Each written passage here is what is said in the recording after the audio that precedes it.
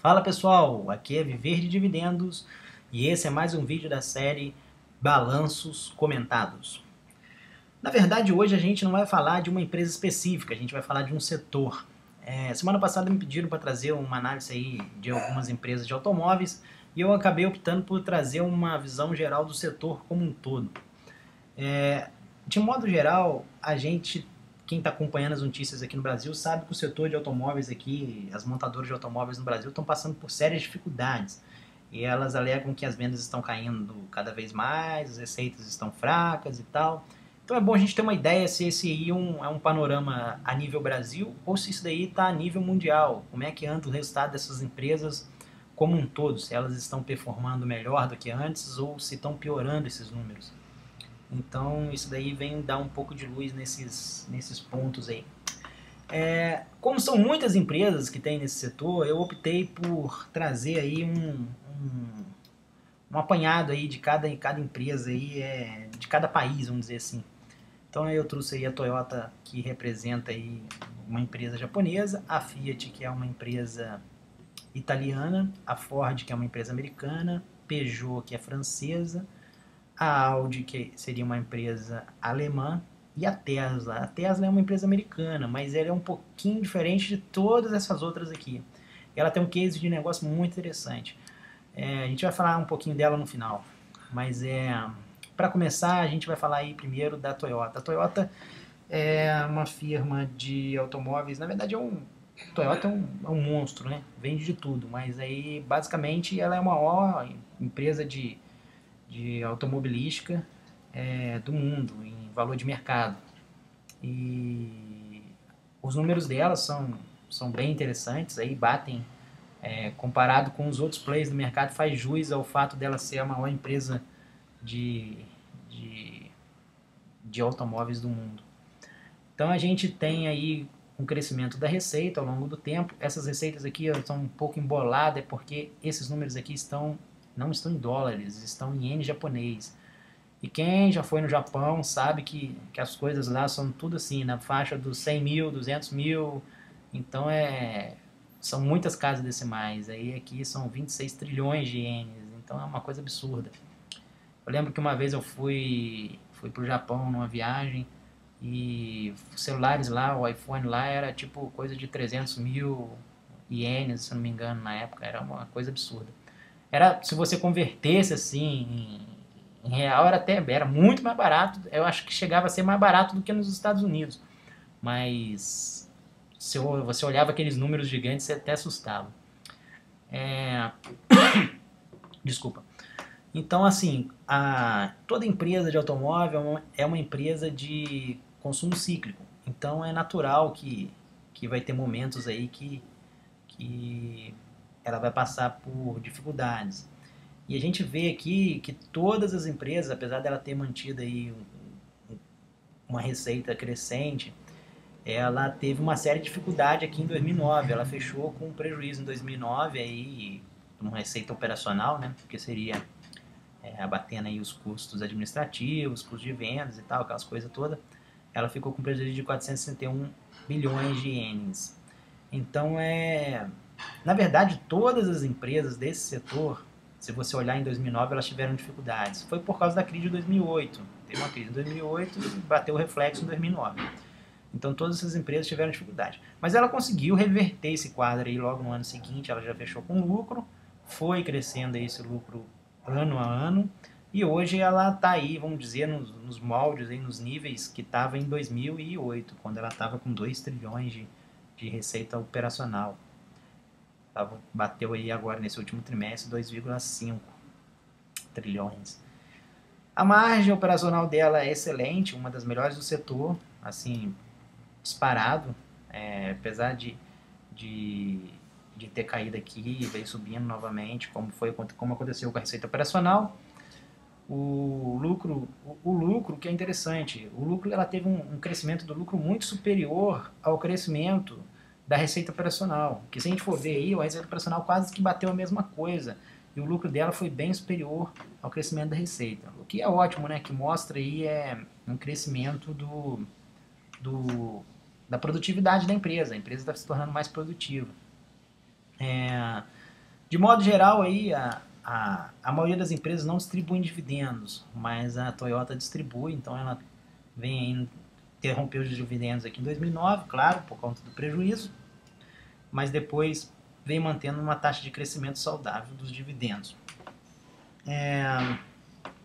A gente dá uma olhada aí, a gente vê que o payout dela não é nada assim muito absurdo, que é ótimo, que empresas desse tipo de setor não podem ter um payout muito alto, porque como é cíclica, né, precisa de ter um pouco de caixa ali. Beleza, vamos dar uma olhada aqui agora na dívida dela, para a gente ter uma ideia do tamanho da dívida. Essa daqui é o endividamento da Toyota, tá aí bem saudável, manteve aí a faixa do 0,5 do patrimônio líquido dela, o que é bem abaixo do setor oferece. Vocês podem até ver aqui no índice de cobertura de juros que ela consegue pagar os juros aí de forma bem tranquila, sem maiores problemas. Vamos dar uma olhada aqui, vamos abrir essa abinha aqui no canto. Vamos dar uma olhada aqui no crescimento dela. O crescimento da receita aí dos últimos 3 anos foi de 10%. E o crescimento do lucro líquido foram de absurdos 64%.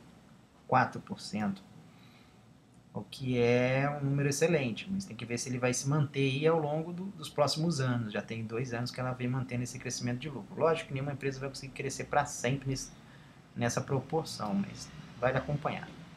O preço dela no mercado está $138, não é nada assim absurdo, né? Dá para um investidor aí de pequeno porte entrar nela tranquilo.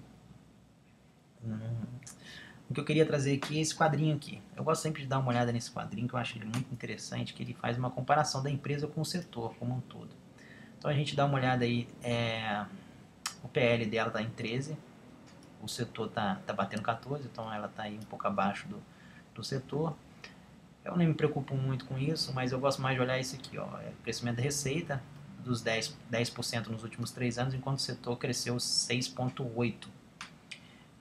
E os lucros dela, que foram 64% de crescimento, e o setor 2,8%. Isso mostra o quê? Mostra que a empresa vem aumentando aí a produtividade, que é excelente, porque teve um crescimento de lucro maior do que o crescimento da receita.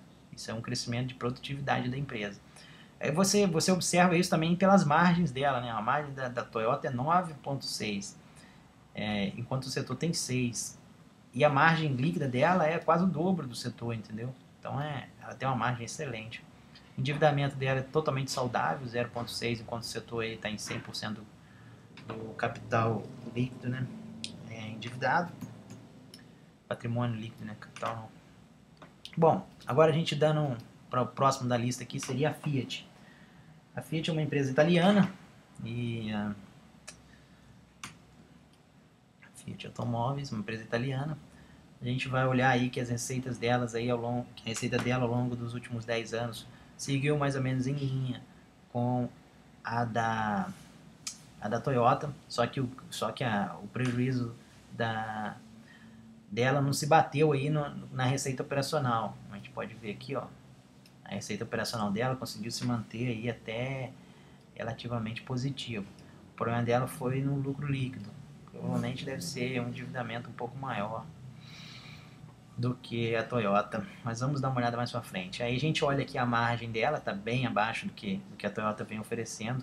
Isso daqui é ruim, pessoal, porque ela vinha com uma margem de 5 pontos e ela hoje em dia não conseguiu recuperar a mesma produtividade que ela tinha antes. Ela está com a margem de 1,2. Vem crescendo, mas ainda está muito aquém do que vinha performando antes da crise. Não é uma empresa que distribui dividendos, então não tem dividendos nem payout. O que eu acho talvez até que seja mais interessante para esse perfil de empresa aí, cíclica de consumo. Às vezes a empresa se compromete em distribuir dividendos e acaba comprometendo às vezes o caixa. Uma empresa que precisa de muito investimento, né? Mas enfim, vamos dar uma olhada aqui na Ford agora. A Ford aí é uma empresa americana. Talvez, acho que de todas que eu trouxe aqui, não sei, tá uma briga feia entre ela e a Peugeot para ver quem seria pior aqui nesse grupo. Mas a Ford não apresentou os mesmos números que as outras. a gente veio 2 anos de prejuízo com a Ford, ó. Apesar da receita aí se manter, deu uma queda em 2009, veio subindo, mas ela teve aí um prejuízo aí com a receita operacional em 2009 e 2008 teve um prejuízo de 14 bilhões de dólares. Então aqui o balanço está em dólar, 14 bilhões de dólares. Ela conseguiu reverter isso aí, apesar de ter um prejuízo operacional aí em 2009, conseguiu reverter o lucro líquido aí em 2009. Veio, esse aqui deve ser algum não recorrente, porque você pode ver que está bem acima do, do valor dos outros anos, mas o lucro dela vem caindo. Ela deu uma recuperada aqui e depois perdeu força. Pode ver que nos últimos 2 anos o lucro veio caindo. Distribui dividendos, então o payout dela está até um pouco acima está bem acima do que a gente consideraria saudável para esse tipo de empresa, com 67%. Então, uma coisa já para se preocupar. Vamos dar uma olhada aí no endividamento dela para a gente poder ter uma noção. Aqui. A gente olha que o endividamento dela está 438% do patrimônio líquido dela, está bem alto o endividamento, é preocupante. Para quem aí for entrar tem que acompanhar essa dívida. E a gente olha aqui o índice de cobertura de juros. Você pode ver que ele saiu de 11 e vem caindo aí para 6,8. Então já se descer abaixo de 5 já é uma coisa já para a gente começar a se preocupar com essa dívida, mas já está ali batendo na trave. Bom, agora a gente vai para a Peugeot, que Peugeot é uma empresa francesa, uma montadora francesa. É uma DR também, então é cotada aqui em euro. A Peugeot ela veio aí com a receita em linha aí, mais ou menos com as outras, com as quedas aí de 2009, de 2008. Mas ela vem com uma receita um pouco pior, porque ela não consegue, não está conseguindo aumentar a receita aí, sei lá, pelo menos 1, 2, 3, 4 anos que ela vem com uma receita em queda. Então é uma coisa que tem que se acompanhar aí de perto aí esse crescimento dessa receita. A margem aí dela líquida é ridícula, 0,4, então é muito baixa, entendeu? E eu acho que ela tá pior do que a Ford, para ser sincero, porque ela teve um prejuízo operacional aqui em 2013, teve um outro prejuízo operacional aqui em 2012, teve um prejuízo operacional em 2009 quando todo mundo teve, e teve um outro prejuízo operacional em 2008. Então assim, a situação dela está um pouco pior do que os demais que a gente olhou aqui. Vamos dar uma olhada aqui no endividamento dela, só para a gente ter uma ideia do tamanho da dívida. Até que a dívida não está tão grande aí comparado com o patrimônio, mas os números delas não são muito bons. Ela tem um sério problema aí operacional. O problema dela está aqui, tá nesse ponto aqui. Ela está com problema em conseguir fazer a receita virar lucro. Ela faz receita, apesar de estar caindo, mas faz receita.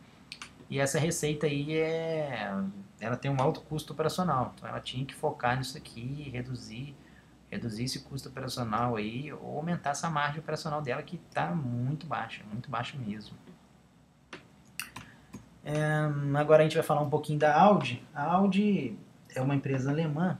Para mim, eu acho que, assim, a do setor, pelo que eu olhei por alto aqui, a Audi para mim é uma das melhores. Eu acho que ela chega a ser melhor até do que a Toyota, que a gente olhou primeiro.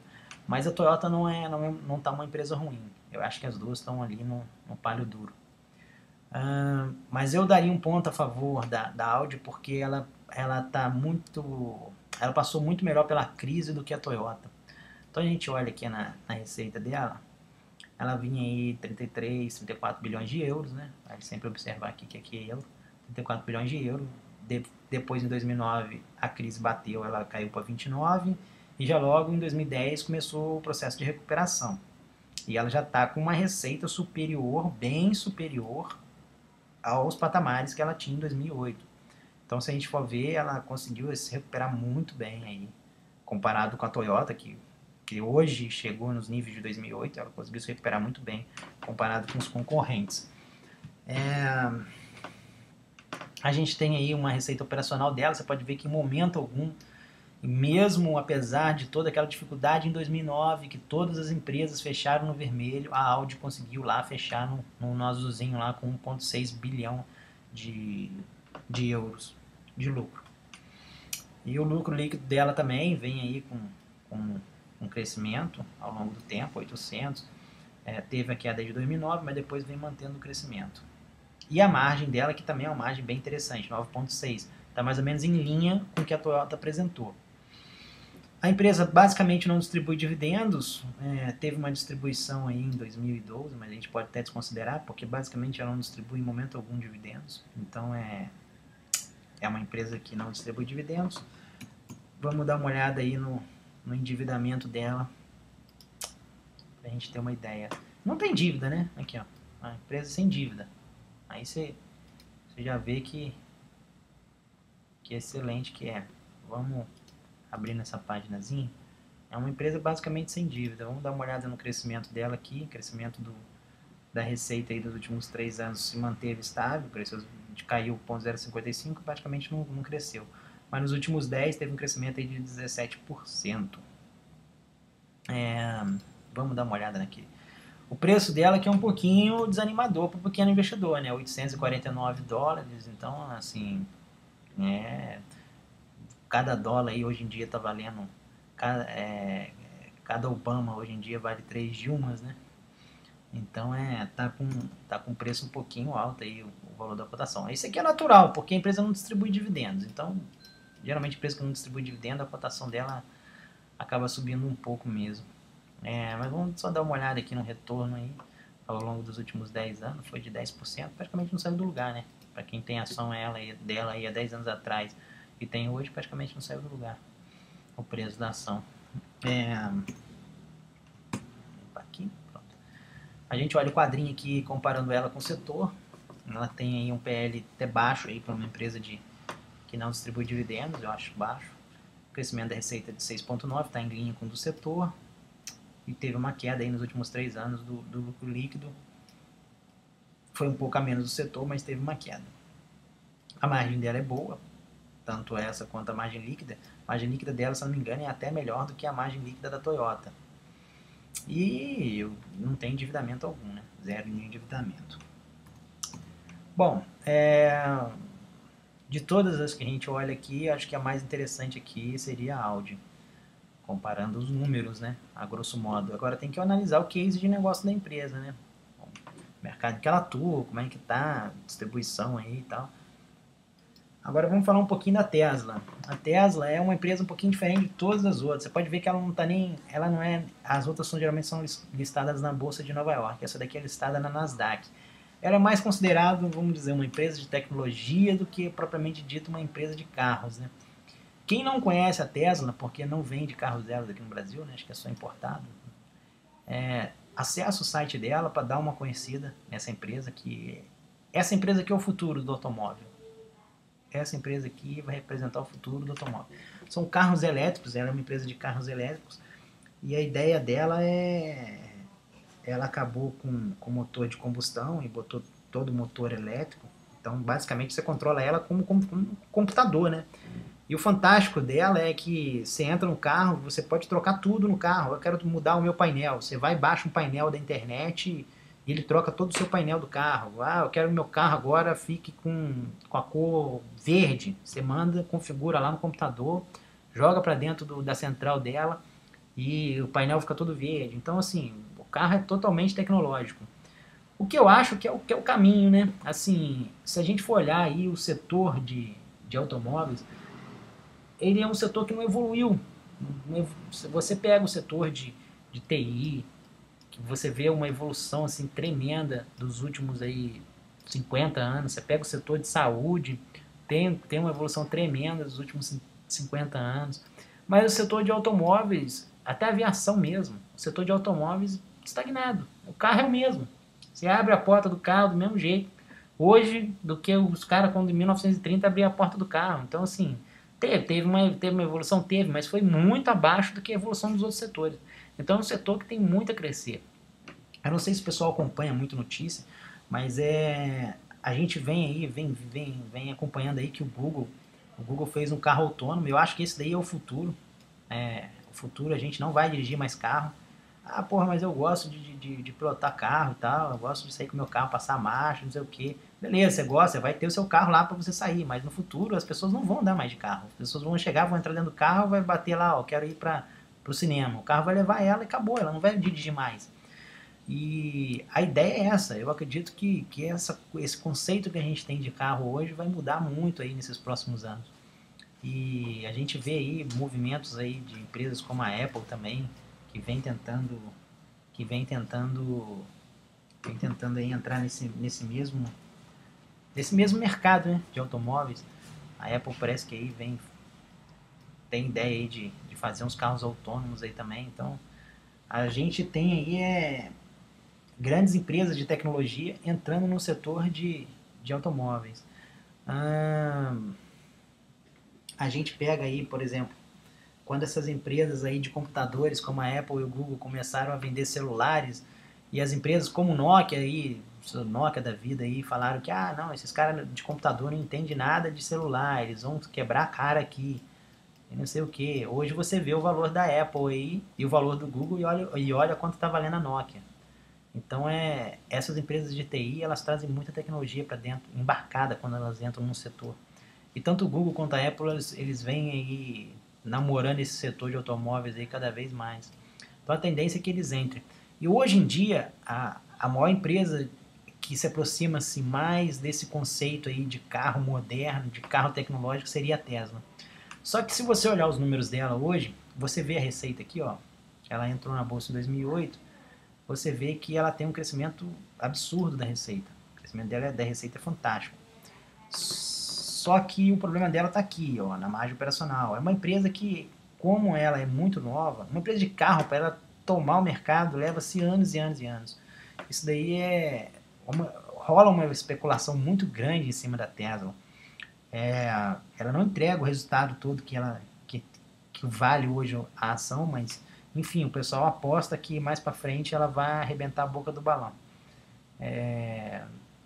Mas os números dela são ruins. Assim, para um investidor entrar agora seria mais uma aposta do que uma análise aí propriamente dita dos fundamentos dela. Se for ver os lucros, ela não fechou em lucro praticamente ano nenhum. É porque ela investe muito, né? Se você olhar os fluxos de caixa dela, você vai ver que o fluxo de caixa dela fica sempre negativo, entendeu? Ela é uma empresa que investe muito. Então, basicamente, tudo que ela ganha é reinvestido dentro da própria empresa. Não distribui um dividendo, com certeza não pode nem distribuir, né? Com esse resultado ruim aí. Mas, assim, é uma empresa que promete muito. Para quem aí gosta muito do setor de automóveis, acredita aí no setor de automóveis, aí pode ter certeza que esse nome Tesla aí vai ser muito falado no futuro aí mais próximo. O preço das ações dela aí, ó, 247 doletas. Aí você bate aqui mais ou menos com o que eu falei, ó. Olha lá, 936%. Vamos pegar aí de 2012, vamos pegar os últimos 3 anos para ficar mais fácil, ó. Não tem como pegar uma data específica de 2013. Vou pegar 2014. Fica melhor para a gente visualizar. 19%, vamos pegar 2013. 155%. O cara que comprou ela em 2013, hoje tem 155% a mais o valor dela. Então é especulação, é a promessa que a empresa promete, é a promessa da empresa. Vamos dizer assim, o carro elétrico é o futuro, entendeu? Então o pessoal sai comprando hoje esperando que o negócio vai bombar mais para frente. Mas eu não sei, eu não gosto muito desse tipo de método de investimento. Eu gosto de investir em coisas mais sólidas. Eu vejo se a empresa está boa, beleza, para que eu vou correr o risco de entrar agora com uma parada incerta, se eu não sei se daqui a, sei lá, 5, 6 anos vai estar aí, se ela vai conseguir performar os mesmos números que performa aí, sei lá, uma Toyota ou uma Audi. Então não dá para saber. Eu prefiro esperar ela começar a ficar boa e aí eu entro, entendeu? Vou entrando devagarzinho nela. Talvez até aí, não sei, uma Apple entre no mercado, ou uma Google entre com mais força no mercado de automóveis e, e aí, de repente, até desbanque a Tesla e a Tesla não conseguir decolar como eles prometem. Mas, enfim, é uma empresa que vale a pena aí você dar uma olhada, principalmente aí no case de negócio dela, que é um case muito diferente e interessante. Bom, pessoal, espero que vocês tenham gostado. Tentei aí ser o mais breve possível, apesar de analisar uma, duas, três, quatro, cinco, seis empresas aí em menos de 25 minutos. Eu tento não fazer vídeos muito longos, mas toda vez eu falo, eu vou fazer um vídeo de 10 minutos. Aí eu começo a falar. Na hora que eu vejo, tá com 20, 30 minutos. Mas é isso aí, pessoal. Um abraço e até a